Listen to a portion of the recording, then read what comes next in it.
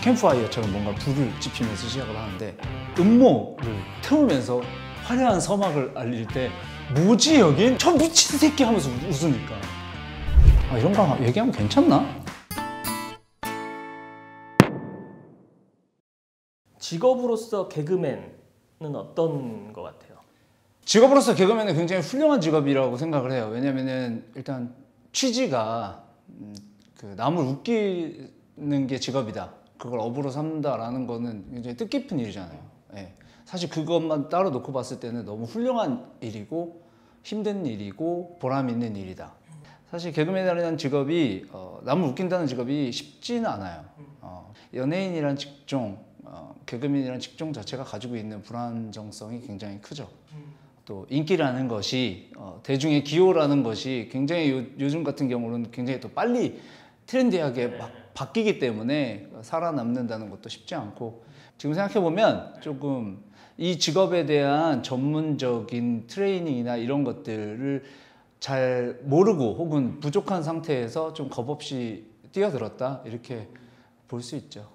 뭐 요즘에는 네. 개그맨을 직업으로 삼고 싶다라는 사람들이 많은 편이에요? 아니면 적지 않을까요? 없지 않을까요? 지금은 유튜버를 한다는 사람도 많겠죠? 개그맨이라는 것보다. 근데도 있더라고요. 정말 어렸을 때부터 뭔가 남을 웃기고 싶다라는 그런 열망이 있는 아이들은 개그맨이 하고 싶다라고 하는 친구들이 있더라고요. 그러면 그런 분들한테 그래도 조금의 길이라도 선배로서 좀 알려준다면 네네. 직업 개그맨이 되려면 어떻게 지금 준비하고 어떤 과정을 겪어라.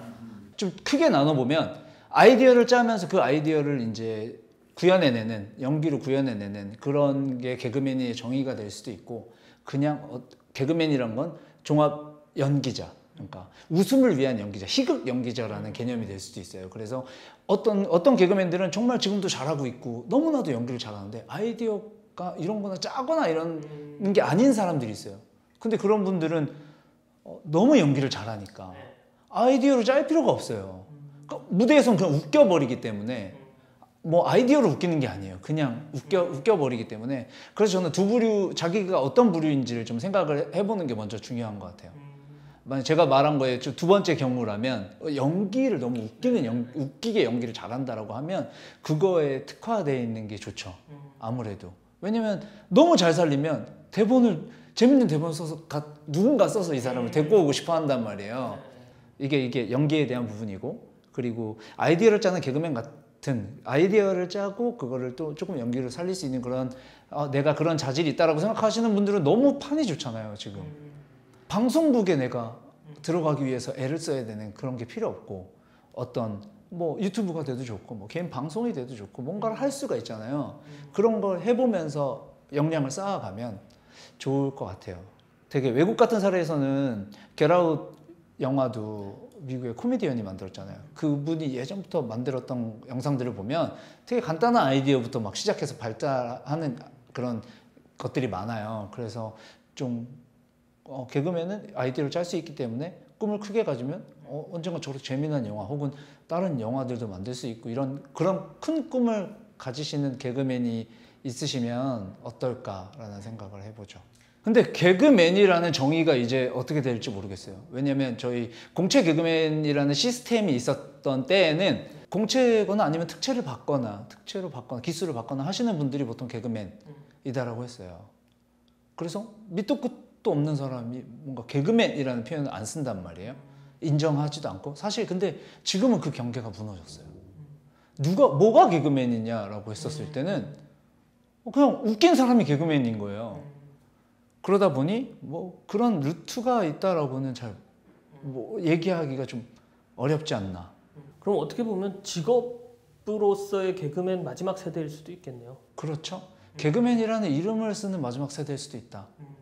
아니면 다른 뭔가 그런 사람들을 대체할 어떤 다른 정의할 수 있는 다른 언어가 생기지 않을까요? 다른 호칭이. 개그맨들 하면은 꽁트 혹은 공개 코미디 뭐 이런 걸 하다가 어느 순간부터는 이제 예능 프로로 많이 이제 개그맨들이 많이 옮겨갔잖아요. 그쵸. 보통 공개 코미디를 한 7년 정도 하면 그런 내공이 생긴다.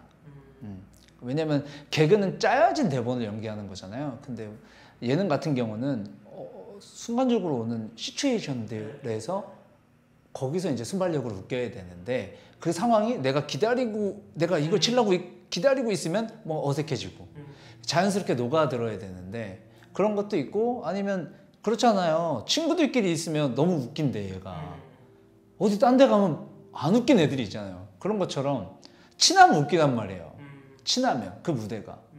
근데 예능 딱 처음 갔을 때 대선배들 막 혹시라도 실수하지 않을까라고 긴장돼 있는 상태에서 근데 이 긴장감이 풀리고 개그맨 생활을 오래 하면서 방송국 왔다 갔다 하면서 선배님 한번 보고 뵙고 인사도 하고 뭐 라디오 뭐 1일 뭐 게스트로 갔다가 또 보고 뭐 이런 식으로 조금 친분이 쌓였을 때 어떤 같이 출연을 해야 조금 마음이 편안하고 그럼 자연스럽게 웃길 수 있다. 그래서 어느 정도 시간이 필요하다라는 얘기를 하시더라고요. 근데 어떤 캐릭터가 독보적이다 만약에 쟤는 뭐 무서운 것도 없고 뭐 쟤는 뭐 너무 대차고 선배들 앞에서 뭐 절지도 않고 그냥 막 자기 하고 싶은 것만 다 한다. 그런 친구들은 너무 자질이 훌륭하기 때문에 바로 또 할 수 있겠죠. 그런 케이스를 본 적이 있어요? 저는 노홍철 씨가 정말 처음 봤을 때 어떻게 저런 캐릭터가 있지라고 생각했어요. 듣도 보도 못한 캐릭터. 개그맨들이 회식하면 정말 재밌을 것 같은데 어떻게 놀아요? 차마 입에 담지 못하죠. 네. 근데 너무 많이 오픈되어 있지 않나? 회식하면 일단 너무 시끄럽고 일단 각종 그런 음란한 그런 비속어들이 난무하고 근데 그거를 되게 좀 뭐라고 보면 되냐면 그거를 제가 항상 생각을 했어요. 웃음을 다루는 사람들이니 우리는 무대에서 하는 웃음들은 어느 정도 정제되어 있는 웃음을 한단 말이죠. 네. 개그맨들끼리 이런 얘기가 있어요. 하나도 안 웃어요. 무대에서 하는 걸 하면 하나도 안 웃어. 우리끼리 너무 웃긴데 무대에서 했는데 안 웃어요. 좀 독한 것들 좋아하고 그러니까 워낙 웃음에 대한 생각을 많이 하니까 그냥 TV에 나오는 웃음이나 이런 것들은 예전에 개그 프로그램에서 그런 거는 조금 재미없네 혹은 막 되게 막 크게 웃거나 이러질 않죠. 수위가 세고 더 과장돼 있는 걸 좋아하죠. 일례로 회식보다는 이제 MT 같은 데 가서 재밌죠.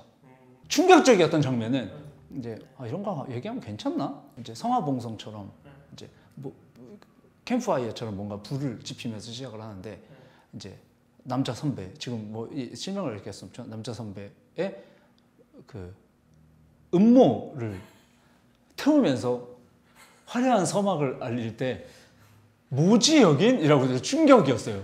정말. 근데 그게 웃으면 괜찮은 거예요. 아니 본인의 의지로 태운 거예요? 당연하죠. 본인의 의지로 태운 거예요. 웃기려고. 저 미친 새끼 하면서 웃으니까. 저는 그렇게 해서 이게 웃기다는 확신이 없기 때문에 저는 못할 것 같은데 그 사람은 하더라고요. 그리고 웃는 사람도 많고. 개그맨 사회에서 통용되는 거는 웃으면 괜찮아요. 웃으면 익스큐즈가 돼요. 선후배고 뭐고 없어요. 만약에 얘가 너무 추악한 짓을 했는데 웃기다. 웃었어. 그럼 그거를 지탄할 수 없는 거예요. 웃겼다면. 만약에 막 실컷 웃어놓고 야 이 새끼야 너 그런 건 아니지 하면 이상한 사람이 되는 거예요. 직업병 같은 거 있으세요? 있죠. 누굴 만났는데 맞든다 그러잖아요. 맞드는 거. 맞드는 걸 좀 못 참아요. 마가 뜨면 안 되는 거야. 잠깐의 침묵. 침묵이 있으면 안 돼. 뭔가 잘못한 것 같고 뭔가 병적으로 그러더라고 다들. 근데 정말로 침묵이 어떤 순간에는 그런 것들이 필요할 수도 있잖아요. 그러니까 그런 거라고 생각해요. 침묵은 화가 난 거거나 침묵은 화가 났거나 굉장히 이 상황이 마음에 안 든다거나 이렇게 생각하는 거예요. 그러니까 이 사람이 계속 뭔가 즐거워야 된다라는. 그러면은 뭐 방송사를 통틀어서 본인이 알고 있는 개그맨들 중에 사석에서 그래도 그 와중에도 비중이 있을 거 아니에요. 누가 제일 말을 많이 하는 사람이 있을 거 아니에요. 그렇죠. 본인한테 1등, 저한테 1등. 저는 홍현희 선배가 제일 웃겨요. 그러니까 너는 현희 선배가 너무 웃겨요. 왜 이렇게 웃긴지 모르겠어요. 얼굴도 웃기고. 여럿이 모여도 독보적이에요. 일단 안 웃기면 갈걸요? 막 자기가 좀 재미없다, 주목을 못 받는다 싶으면 갈게 막 이러면서 가고 그런 에피소드가 웃겨요. 막 후배들이 오면 항상 자기가 여자로 어느 정도 어필하는지를 체크해요. 현희 선배가. 13기가 제가 12기인데 이제 13기를 우르르 뽑았어요. 이제 홍현희 선배가 9기 선배인데 이제 후배가 들어오면 또 좋잖아요. 귀엽고. 그러니까 막 MT 때 같이 뭐 애들 술도 사주고 막 현희 선배 그러면서 13기의 한 명한테 혹시 13기 남자 중에 나를 좀 여자로서 이렇게 좀 생각하는 친구 있니? 그럼 한참 뒤에 답장이 와요. 없는 것 같습니다라고 답장이 오는데 그걸 보고 와! 막 이러고 웃어요, 현희 선배가. 이거 봐. 와! 웃더니 씨발 집합. 갑자기. 아, 그런 게 너무 웃겨요, 현희 선배가. 난 이때까지 제일 웃긴 사람이라고 생각해요, 제가. 근데 정말 탑은 안 웃긴데 계속 말을 하는 사람이에요. 안 웃겨. 지도 알 거예요. 안 웃을 거 아니야, 이 앞에 있는 사람이. 근데도 계속 말을 하는 사람이 정말 탑이에요. 누군데요? 아니, 말하기는 좀 그래요. 말하기는 좀 그래요. 근데 정말 세다라고 생각했어요. 근데 나중에 어떻게 되냐면 지가 말하고 지가 웃어요. 이제 옆에서 잘 안 웃으니까. 그런 사람은 못 이기죠. 앞으로 계획은 뭐예요? 앞으로의 계획은 사실 직업 선택에 대해서 되게 후회한 적도 있고 내가 쉽지 않은 판에 너무 겁없이 들어갔구나라는 생각도 들긴 하는데 내가 개그를 계속 할 수 있구나, 어떤 판이든. 공개 코미디라는 틀이 없어지고 그런 판이 없어졌을 뿐이지 웃는 거는 참 즐거운 일이잖아요. 사람들이 웃긴 영상 좋아하고 그거는 모든 시도에서 만들어 보면 이거는 계속 해볼 가치가 있구나, 그리고 새로운 판을 또 만들 수 있겠구나 라는 생각이 들면서 아직까지도 계속 하고 있고 포기하지 않고 뭔가 계속 발전하고 있다, 조금씩이라도 라는 생각이 있어서 참 기분 좋기도 하고 좀 보람 있는 하루하루를 보낸다라고 느낄 때도 있고 그래요.